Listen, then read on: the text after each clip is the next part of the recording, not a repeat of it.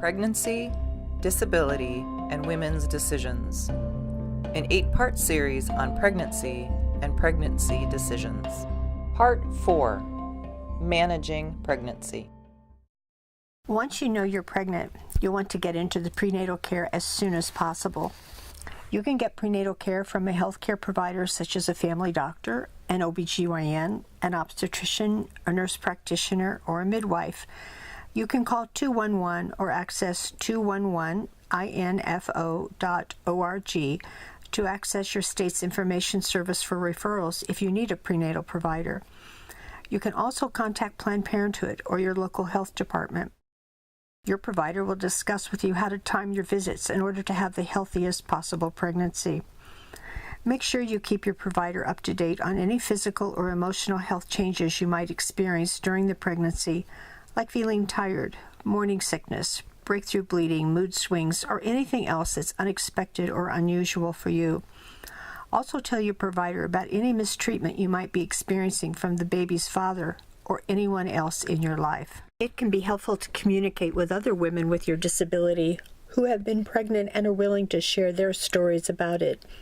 They might be able to give you insights on how to manage your pregnancy that someone without your disability wouldn't be able to do. But anyone who's been pregnant can be a resource about what can happen when you're pregnant and have a baby.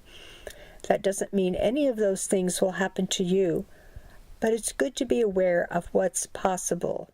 There are a lot of things to manage when you're pregnant, like support needs, financial needs, work needs, and sensory needs. There also can be resources to help you manage these things. For example, friends, family, and services.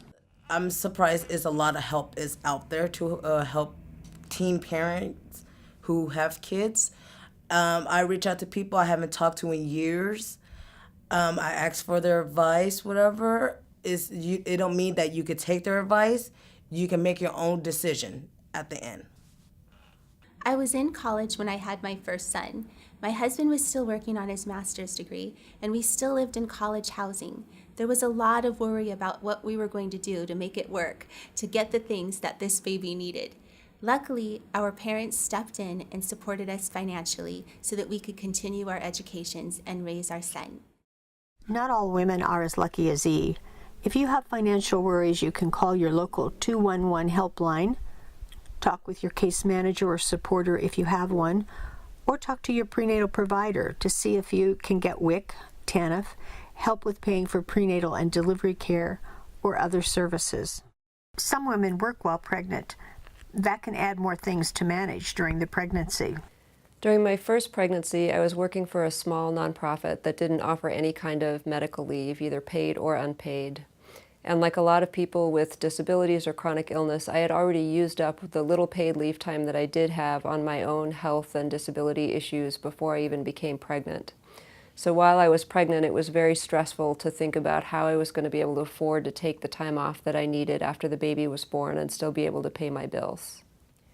I tried to negotiate as much as I could in advance. Ideally, you should do this before you even get pregnant so that you can talk about paid leave policies as an abstract value, as the idea of keeping women in the workplace instead of having it be about your personal needs. It's good to try to find allies in your organization that share those values who will help you advocate for better parental leave policies. It's important to find out what kind of laws your state has about parental leave and what kind of benefits your employer offers. If you have a union, you should talk to your union steward. To help things go more smoothly with work, talk to your supervisor about what you need and what support the workplace might offer. Find out if your work has insurance coverage for pregnancy and maternity leave. This might include short-term disability insurance or family and medical leave. Find out who at your workplace is a good advocate for you and other women who might be pregnant. This might be someone from Human Resources, a union steward, a supervisor, or your coworkers. Talk with your supervisor about time off you might need for prenatal visits. Also talk with your supervisor about any changes or accommodations to your job. For example, you might need more bathroom breaks, to be able to sit down more often, or limits on how much you lift. You can get your doctor, nurse, prenatal provider, or other healthcare provider to write you a note for work about needing these things. Also talk with your healthcare provider about how long you should stay at work so you can plan ahead. Sensory issues might need special management during pregnancy. As an autistic person, my personal bubble tends to be larger than most people's. Unfortunately, when you're visibly with child, you become regarded as a public commodity. Hypersensitivity issues are commonly associated with pregnancy. For example, morning sickness. When you pair this with sensory processing disorder, overstimulation becomes the rule rather than the exception.